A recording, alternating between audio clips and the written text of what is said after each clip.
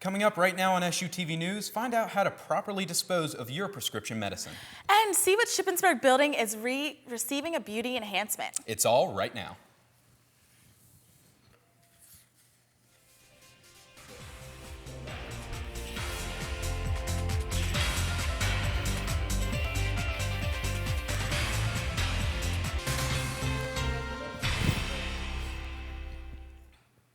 Hello and thanks for joining us once again on SUTV News. I'm John Schaefer. And I'm Laura McQuay. When prescription medicines expire, disposing of them is trickier than you may think. Blake Cooper has more. State residents are taking in the spring weather and enjoying the nature around them. But sometimes people are threatening the environment unknowingly. Discarding prescription drugs by throwing them away or flushing them down the toilet leads to issues that have drastic effects. A lot of times if people flush these prescription drugs down the toilet, they get into our drinking water, the ponds and streams and stuff. Not only does it affect the wildlife, whereby it could be endangering the fish, other animals that drink the water from the streams, but a lot of places like your major cities get their drinking water from rivers and such through filtration plants. An alarming 80% of water sources in the U.S. tested positive for pharmaceuticals. And if that gets into the drinking water, we're opening the floodgate to a sea of problems. Depending upon the quantity, how much it's been diluted in the water, how much you drink of it, could affect your health. Hereby, you wind up going to the hospital, and they may not be able to determine exactly what's wrong with you for a period of time until there's some research done to see what drug could possibly be in affecting your body. SHIP's EMS and police department are teaming up with the DEA for their Take Back the Drug initiative to dispose of unwanted drugs. We have a collection box that has been dropped off by the DEA at our police station. Those drugs will all be put into those boxes and then sealed at the time that we complete our endeavor. And then they will come by the following Monday and pick those up. So when you have unwanted prescription drugs, don't throw them away and don't flush them down the toilet. Take them to the proper place. Blake Cooper, SUTV News. The drug take-back is this Saturday at the Shippensburg Police Department on 60 West Bird Street from 10 a.m. to 2 p.m. Shippensburg University is offering a new dual certification program for education majors. The program, which includes pre-K through 4 and special education pre-K through 8, will allow students to receive the two certifications without the need to enroll in graduate school. A lot of the state regulations covering teacher certification have changed, and so most of the school districts in our area want students to be duly certified. So our idea was that we would do a dual certification with the pre-K to 4 students, and then the certification for special education is pre-K to 8. Okay, so students, by saying one more semester, that's a 9-semester program, will come out of here with 1 degree but 2 certifications, and that will help them be employed at a much greater rate than they are now, because there's a lot of elementary education majors out there waiting for jobs, but the special education certification really gives them an edge. Even if they're not teaching in a special education classroom, so many kids with special education needs are now in general education classrooms. In order to be certified, students will need to complete 6 additional special education courses. This summer, the second mural depicting Shippensburg history will be painted. Nick Holub has the story. Shippensburg, a town rich with history and stories to tell. What better way to represent that history than with murals depicting the town's major events? This mural is the first in a series of 3 by Two Dudes Painting Company. The second is scheduled to be painted this summer on the side of a white rental unit next to the Shippensburg Historical Society and will be transportation themed. Once known as the Gateway to the West, Shippensburg was once a town where travelers would gather supplies and rest up to prepare for their westward journeys. The second mural in the series will retell and reimagine this chapter of Shippensburg's history. I'm Nick Holub of SUTV News. If you're interested in checking out the first mural for yourself, pay a visit to the former shipwreck building. Coming up on SUTV News, Mountain Sherman takes us around the world in 90 seconds. And find out an exciting way to spend your Saturday afternoon. It's coming up next. This week in World News, Miles Sherman is here to bring us the top stories from Japan to Wrigley's birthday. This evening, Miles is here to discuss President Obama's trip to Asia and trouble in Afghanistan. Miles? President Obama began his Asia tour this week with his first stop in Japan. After his arrival ceremony, he met with Prime Minister Shinzo Abe to discuss business, specifically the trade talks between the world's first and third largest economies. During his press conference, President Obama also addressed the ongoing crisis in Eastern Europe. We've been very clear about the fact that there's not going to be a military solution to the problem in Ukraine, and we have continued to hold out the possibility to resolve. Later this week, Obama heads to South Korea. Police in Afghanistan say a police officer shot 4 Americans working at a hospital in downtown Kabul. 3 of them died, including a father and son. The country has seen a series of deadly attacks against foreigners in recent weeks. From Babe Ruth's called shot to the ivy-filled outfield walls, Wrigley Field celebrated its 100-year anniversary this week. History is all around the ballpark. Even the scoreboard in center field has been manually operated since 1930. In 1988, Wrigley became the last park in the major leagues to instill lights. Since then, it's hosted dozens of concerts, football games, and even a few hockey games, and of course, your nightly baseball. That was another week of Around the World. I'm Miles Sherman. Now back to the desk with John and Lauren. Older adults are our historians. We can learn a lot from them. Elmcroft Senior Center is looking for volunteers. Been to Elmcroft several times. I actually went to Elmcroft when it was called by a different name, and I used to help them with their Medicare Part D for their senior citizens. And it's a beautiful facility. It's very sunny, and it seems like it has a great atmosphere. Everybody's happy. If you're interested, contact Connie Finkenbinder at cfinkenbinder@seniorcare-corp.com. Coming up this Saturday is your chance to do your part for the community. Nick Hullop has more. Every year in April, members of the Shippensburg community pull together to pick up trash in town and in local streams. It's part of a collective effort to keep our historic hometown looking great. This Saturday, April 26th, you can join this initiative. For more information, contact the Student Environmental Action Coalition. I'm Nick Hullop of SUTV News. Remember, a little work from everyone can help keep Ship in shape. APB is sponsoring the annual Raider Fest this Saturday at Commuter Lot C7, across from Lohr's Performing Arts Center. Come out and enjoy a free giveaways and carnival fun, including carnival-style games and inflatable fun. Tons of fun. We have inflatables that reach from something called the wrecking ball, where people go at it and literally throw a giant inflatable wrecking ball at each other. We have something called the Leap of Faith this year, which you even have to sign a waiver before you do it.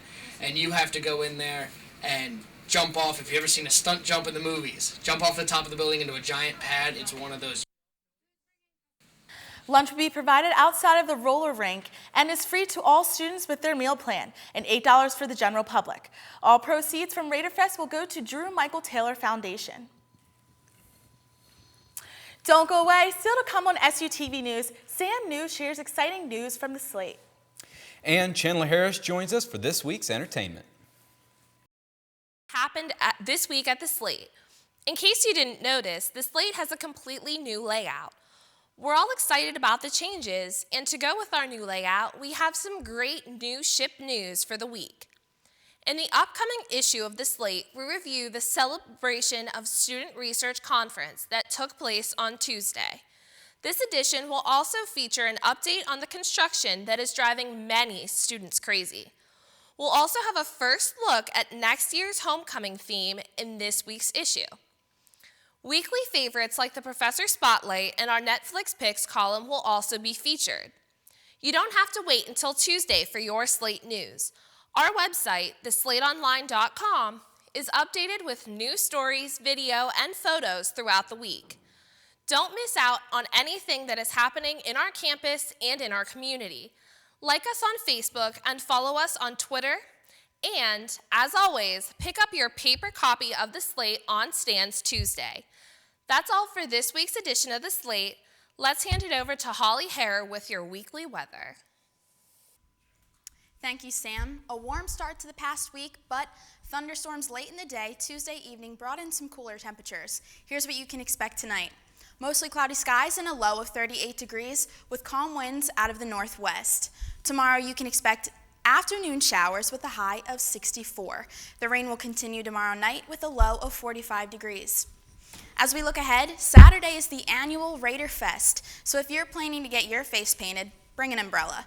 There is a slight chance of showers in the afternoon, but partly sunny skies and a high of 68 for the day. Sunday, things are looking up. Mostly sunny with a high near 60 and the same for Monday. And Tuesday calls for a chance of rain with mostly cloudy skies and a high near 56. Definitely a wet weekend ahead, but hopefully that doesn't stop you from joining in the fun at Raider Fest. That's it for me. Now let's switch things over to Chandler Harris to tell us which ship athletes joined together to make miracles happen.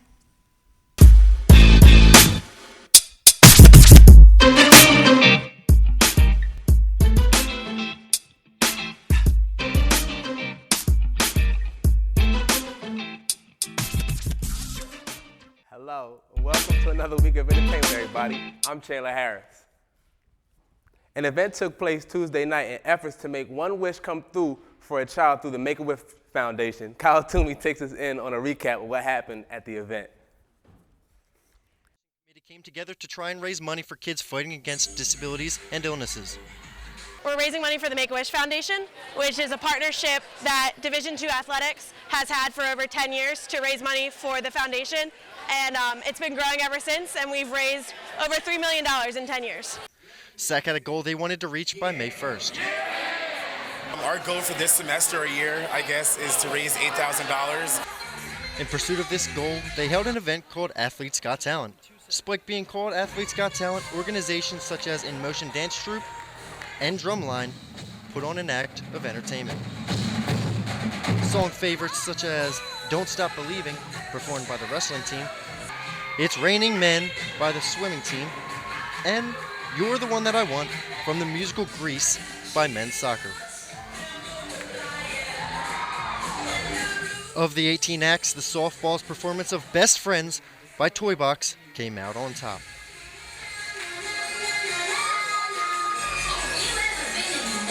The $8,000 goal was not reached Tuesday night.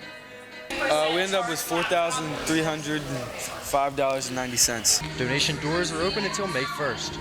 If you would like to donate to our cause, just come to the athletic department and just make a donation. We'll greatly appreciate it. From SUTV, I'm Kyle Toomey. Thanks, Kyle. Sounds like everyone had a great time. For anyone whose phone contract is going to be running out in the next year, like me, still have a jacked up phone right here, this product is for you. Coming in early 2015, you can design your own smartphone.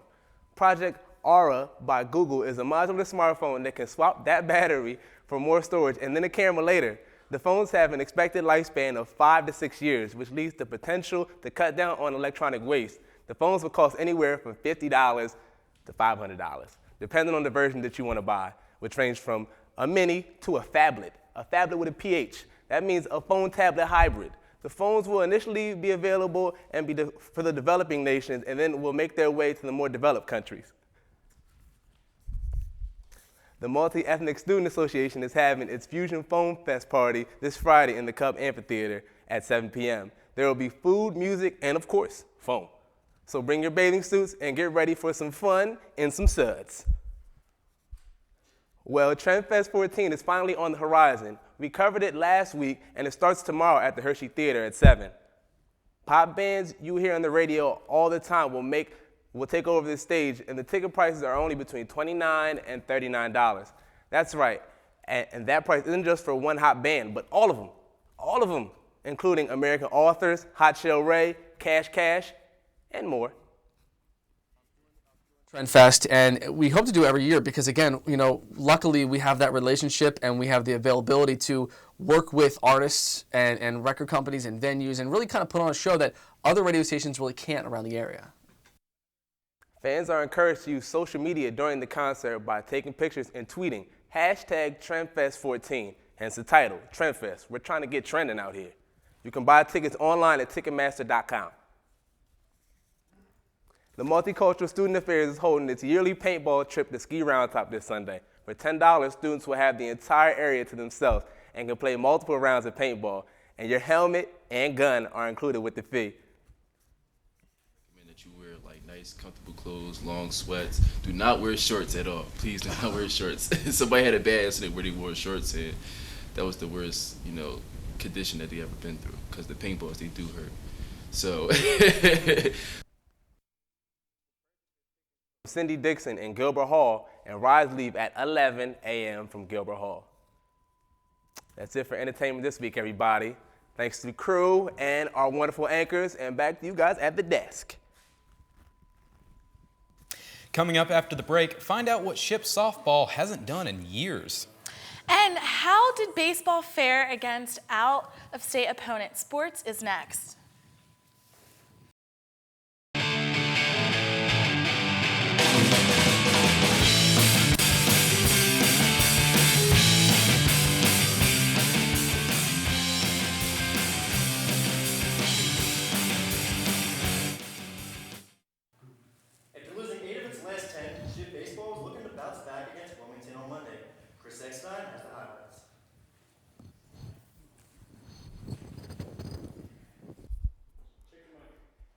Break from PSAC opponents as they face Wilmington University. Patterson surrenders a run here as Mike Anon singles up the middle and Frank Samla comes round to score. The Wildcats pounce early.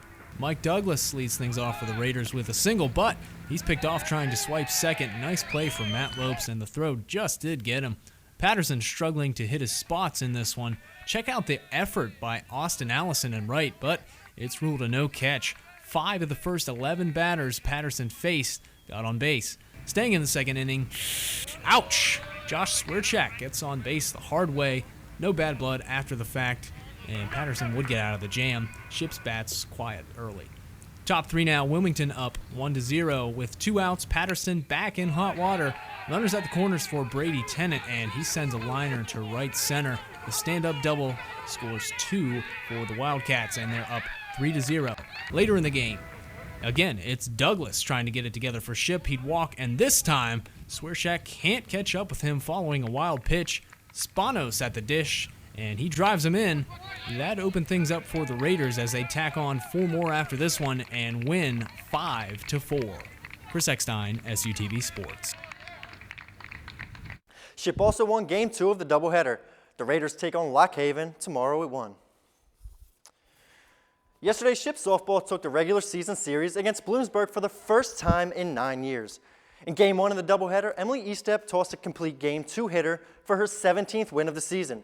She was backed by this week's PSAC East Player of the Week, Jessie Trammell. Trammell drove in 2 of the 5 Raider runs. Bloomsburg took Game 2. Ship is second in the East, just 1 game ahead of Bloomsburg. Last week, the NCAA Legislative Council passed a proposal that gave Division I athletes scholarships and walk-on athletes unlimited meals and snacks. The proposal was offered after University of Connecticut guard Shabazz Napier stated during March Madness that he went to bed hungry. However, the legislation only mentions Division I athletes and makes no reference to Division II schools like Ship.